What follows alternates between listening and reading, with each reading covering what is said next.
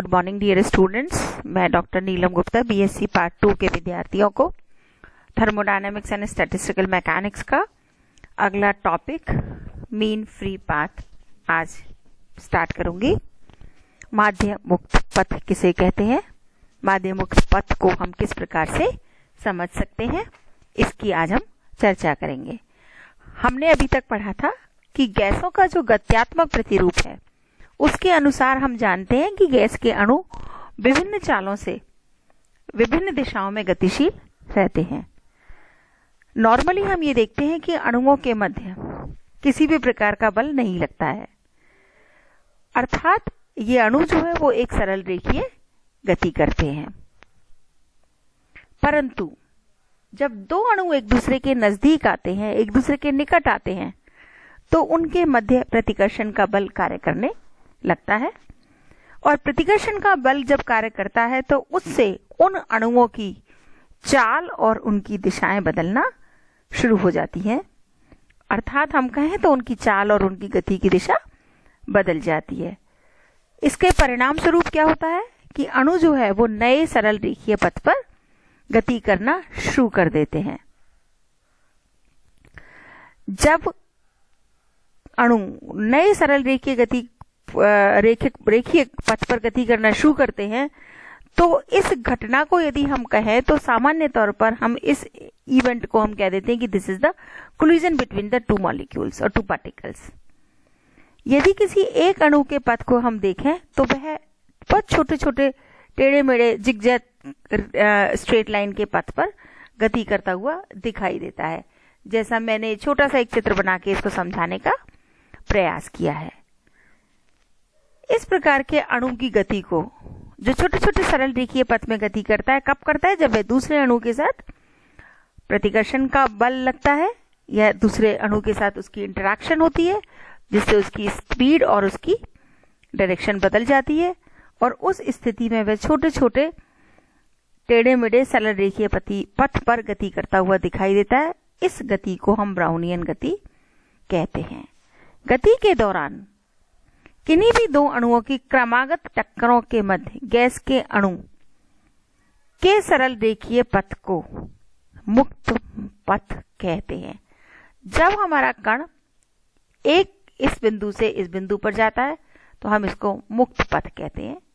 मान लो कण हमारा जब यहां आया, यहां से यहां तक गया, this is another free path, again this is another free path, this is again another free path, this is again another free path, this is also a free path।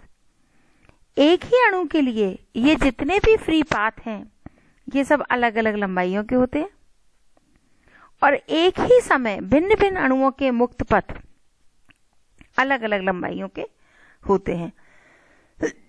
किसी लंबे समय अंतराल में किसी अणु के मुक्त पथों का औसत माध्य मुक्त पथ कहलाता है। इसे सामान्यतः हम लैम्डा से डिनोट करते हैं। यदि मान लो हम कंसीडर करें कि कोई अणु दूसरे अणुओं से n बार टकराता है और जब वो n बार टकराता है तब मान लो उसने जो कुल दूरी तय की थी वो कुल दूरी मान लो उसकी टोटल L है, तो उस स्थिति में उस कण का माध्य मुक्त पथ क्या होगा? कुल तय की गई दूरी और कितनी बार उसकी अणुओं से टक्कर हुई।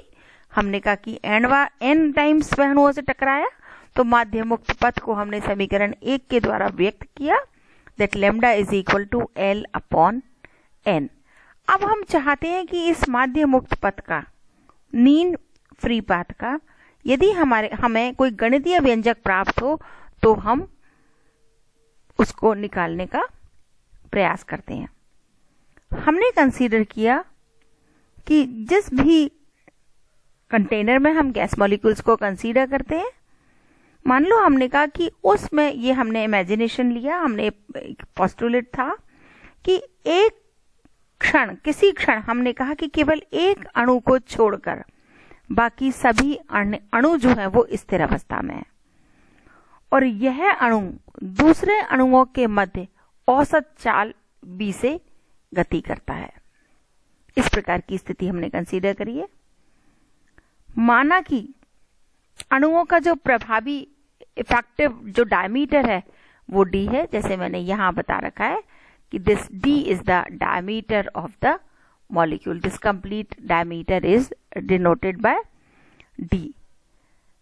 जब इनमें कोलिजन होती है तो कोलिजन के टाइम टक्कर करते हुए अणुओं के मध्य एक के केंद्र से दूसरे के केंद्र की दूरी कितनी होगी? यदि हम ये चाहें इन दोनों केंद्रों के मध्य, अगर हम ये टोटल डिस्टेंस निकालना चाहें, इन दोनों केंद्रों के मध्य यदि हम डिस्टेंस निकालना चाहें, ये डिस्टेंस हमारी d/2 है and this distance is also equal to the radius of this molecule. So radius of this molecule and radius of this molecule will give you the diameter of this distance between the center of the two molecules. तो उस स्थिति में हमने कहा कि कोई भी कण, एक कण जब गतिशील है, बाकी सब यदि स्थिर हैं, तो कोई भी टक्कर तब होती है जब गतिशील कण का केंद्र स्थिर कण के केंद्र के चारों ओर खींचे गए त्रिज्या d के गोलाकार प्रभाव में आएगा, अन्यथा कोलिजन नहीं होगी। अर्थात गतिशील अणु का जो effective area of cross section है वो क्या होगा? πr²। तो ये डिस्टेंस रेडियस हमारे पास कितनी है? r हो गई, तो सॉरी d हो गई, दोनों मॉलिक्यूल्स के बीच की डिस्टेंस। तो effective area of cross section है वो क्या हो जाएगा? πd²। इसको हम कोलिजन क्रॉस सेक्शन भी कह सकते हैं। अब हमने कहा कि समयांतराल t में जो हमारा गतिशील अणु है वह एक अनियमित टेढ़े मेढ़े पथ में कितनी दूरी तय कर रहा है? v वेलोसिटी स्पीड से वो गति करता है, t समय में जा रहा है, तो दूरी कितनी हुई? v/t। और vt लंबाई तथा sigma area of cross section के एक बेलनाकार आयतन में वो क्या करता है? स्वेप्ट आउट करता है, प्रसर्पण करता है। यह अणु इस समय उन सभी अणुओं से प्रभावी रूप से संगठन करता है जिनके केंद्र इस सिलेंडर के इस बेलनाकार आकार के आयतन में स्थित होते हैं। यदि मान लो हम कंसीडर करें कि जो अणु है जिस पात्र में है, यदि पात्र में प्रति एकांक आयतन अणुओं की संख्या यदि स्मॉल n है, तो उन अणुओं की संख्या जो t समय में गतिमान अणु से टक्कर करते हैं कितनी हो जानी चाहिए? Sigma v/tn। दैट मीन्स यदि हम टाइम t सेकेंड में टक्करों की संख्या निकालना चाहें तो टक्करों की संख्या कितना होगी? सिग्मा v/t इंटू n, और it is equal to πd² v/tn, और the mean free path lambda is equal to t second में तय की गई दूरी अपॉन t सेकेंड में टक्करों की संख्या। t सेकेंड में तय की गई दूरी कितनी थी? v इंटू t, और t सेकेंड में टक्करों की संख्या कितनी है? πd² v/tn। So this is equal to 1 upon πd² n, और you can say this is equal to sigma n।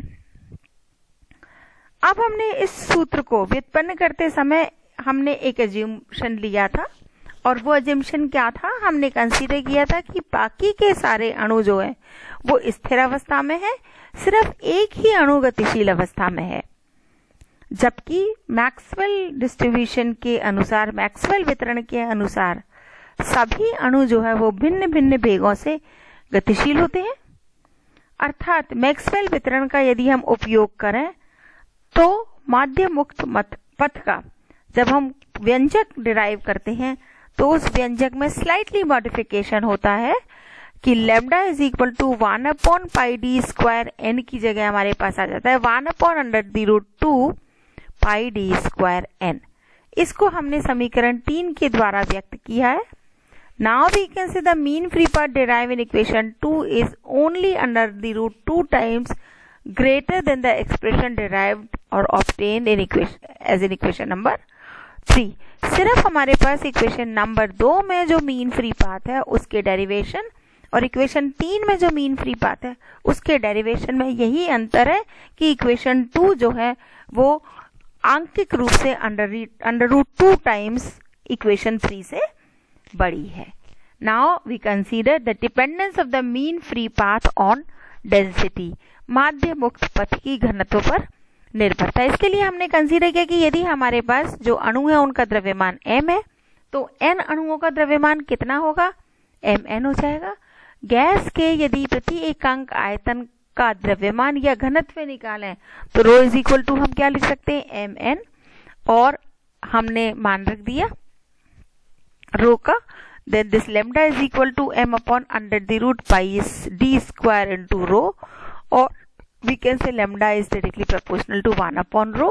That means the mean free path of a molecule of a gas in a container is inversely proportional to the density of the molecule. अर्थात किसी भी पात्र में gas के अणुओं का माध्य मुक्त पथ उसके घनत्व के व्युत्क्रमानुपाती होता है। जिस प्रकार माध्य मुक्त पथ की हमने घनत्व पर निर्भरता निकाली है, उसी प्रकार से माध्य मुक्त पथ की निर्भरता टेम्परेचर और प्रेशर पर भी हम निकाल सकते हैं। आदर्श गैस की यदि हम इक्वेशन ऑफ स्टेट को कंसीडर करें एकांक आयतन के लिए, तो हम क्या लिख सकते हैं, PV is equal to NKT या P is equal to NKT। यहाँ पर हमारे पास P गैस का प्रेशर है, T गैस का टेम्परेचर है, K बोल्ट्जमैन कांस्टेंट है, स्मॉल n हमारे पास प्रति एकांक आयतन अणुओं की संख्या है। n का मान हमने इक्वेशन नंबर 3 से रख दिया, तो लैम्डा इज इक्वल टू हमारे पास क्या आया, KT upon under the root 2 pi d square P। That means we can say the mean free path is directly proportional to the temperature and inversely proportional to the pressure P. Now we consider the distribution of free path. माध्य मुक्त पथों का वितरण अगर हम consider करें, हमने consider किया कि मान लो किसी पात्र में गैस के n अणु हैं, बिना टकराए x दूरी तय करते हैं तथा उनमें से हमने कहा dn अणु x तथा x प्लस dx दूरी के बीच में टक्कर करते हैं। प्रायिकता के सिद्धांत से x दूरी तय करने के पश्चात dx दूरी में टकराने वाले अणुओं की संख्या dn, यदि दूरी dx तथा अणुओं की संख्या n के अनुक्रमानुपाती होती है, अर्थात हम क्या लिख सकते हैं, dn is directly proportional to n into dx और dn is equal to minus of pc n into dx, where pc जो है वो हमारे पास क्या है, आनुपातिक नियतांक है। इसे हम संघट प्रायिकता भी कहते हैं। ऋणात्मक चिन्ह इसमें यह बताता है कि बिना टकराए तय की गई दूरी x में वृद्धि से n का मान घटता जाता है, अर्थात dn upon n is equal to minus of pc into dx लिख सकते हैं। इस इक्वेशन को हमने इंटीग्रेट कर दिया, तो लेफ्ट हैंड साइड में integration of dn upon n will give you ln n और it is equal to minus of pc x plus c। Now we consider that when x is equal to 0, the number of molecule will be equal to, if n naught, then c is equal to ln n naught. Now we substitute this equation, this value in equation number 2, or we can say from equation number 2, ln n upon n naught is equal to minus of pc x. I'm sorry, or n is equal to n naught e raised to the power minus of pc x। चूंकि x दूरी तय करने के पश्चात n अणु बिना टकराए हुए हैं, अर्थात अणु द्वारा बिना टकराए तय की गई x दूरी तय करने में की जो प्रायिकता है वो क्या होगी, P is equal to n upon n naught, that is equal to e raised to the power minus of pc into x। यहाँ पर जो नियतांक pc है उसका मान माध्य मुक्त पथ के द्वारा ज्ञात किया जा सकता है।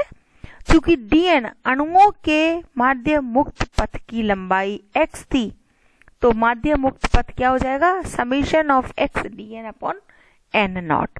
अब हमने समीकरण 1 व समीकरण 3 रखने पर हमारे पास लैम्डा का मान क्या आ गया,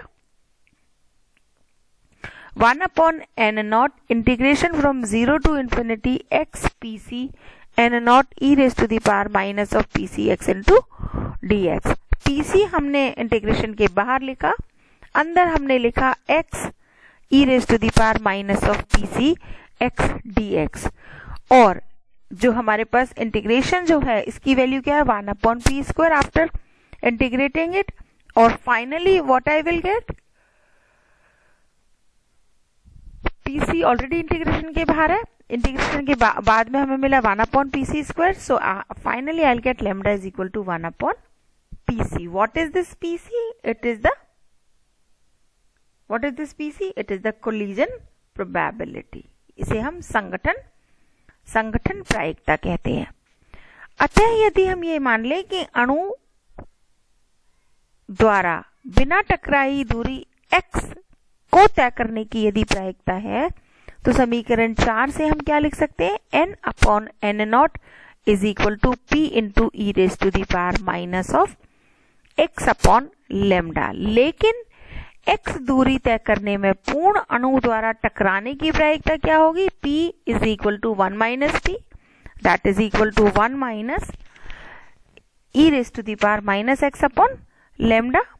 अर्थात किसी अणु द्वारा बिना संघट किए x दूरी तय करने की प्रायिकता की दूरी x के सापेक्ष हमने उसको इस कर्व में प्रदर्शित किया है। स्पष्ट है, अगर हम इस कर्व को ऑब्जर्व करें तो हम कह सकते हैं कि यह स्पष्ट है कि यदि दूरी x बढ़ती है तो प्रायिकता p एक्सपोनेंशियल फॉर्म में चरघातांकी रूप से घटती है। मुक्त पथ लेमडा या इससे अधिक होने की अधिकतम प्रायिकता e raise to the power minus 1 होगी, and e raised to the power minus 1 is equal to 1 upon e, and that will give you the 0.37 और we can say 37%।